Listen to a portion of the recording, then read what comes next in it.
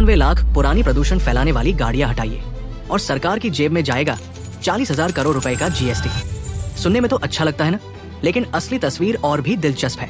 भारत ने vehicle scrappage policy शुरू की है। लॉजिक सीधा है, पुरानी गाड़ियां ज्यादा ईंधन खाती है, प्रदूषण फैलाती है और सुरक्षित भी नहीं होती। कहा जा रहा है कि अगर 97 लाख गाड़ियां स्क्रैप कर दी गईं, तो सरकार को 40,000 करोड़ रुपए का जीएसटी मिलेगा। साथ में 70 लाख नई नौकरियों का वादा और पर्यावरण साफ करने का मिशन।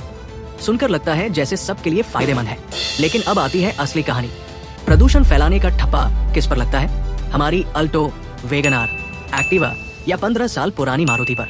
लेकिन जब कोई नेताजी 1 घंटे के काम के लिए निकलते हैं, तो उनके साथ 100 डीजल एसयूवीज का काफिला निकलता है। क्या वो प्रदूषण नहीं है? और मजेदार बात यह है कि 1 घंटे के कार्यक्रम के लिए इस काफिले की रिहर्सल 1 हफ्ते तक चलती है।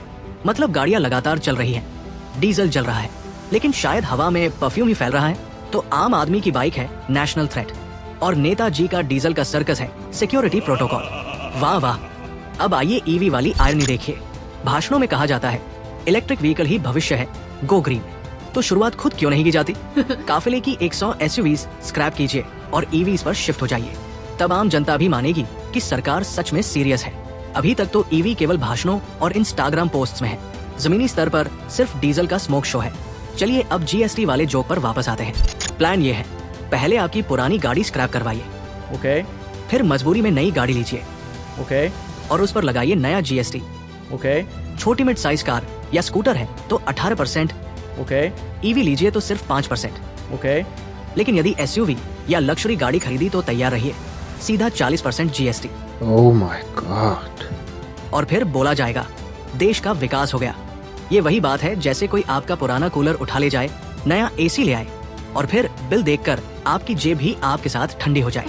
असलियत यह है कि अभी तक सिर्फ 3 लाख गाड़ियां स्क्रैप हुई हैं। 97 लाख तक पहुंचने में तो सालों लग जाएंगे और इनमें भी ज्यादातर स्कूटर्स, छोटी कारें और प्राइवेट गाड़ियां ही हैं। सवाल यह है, सरकारी गाड़ियां कब स्क्रैप होंगी? वीआईपी कन्वॉयज कब स्क्रैप होंगे? डीजल एसयूवीज कब स्क्रैप होंगी?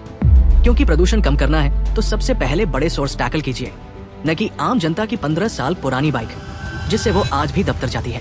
तो दोस्तों, सबसे सिंपल सोल्यूशन यही है, सबसे पहले नेताओं की डीजल वाली गाड़ियां स्क्रैप कीजिए, कन्वॉयज को ईवी बनाइए।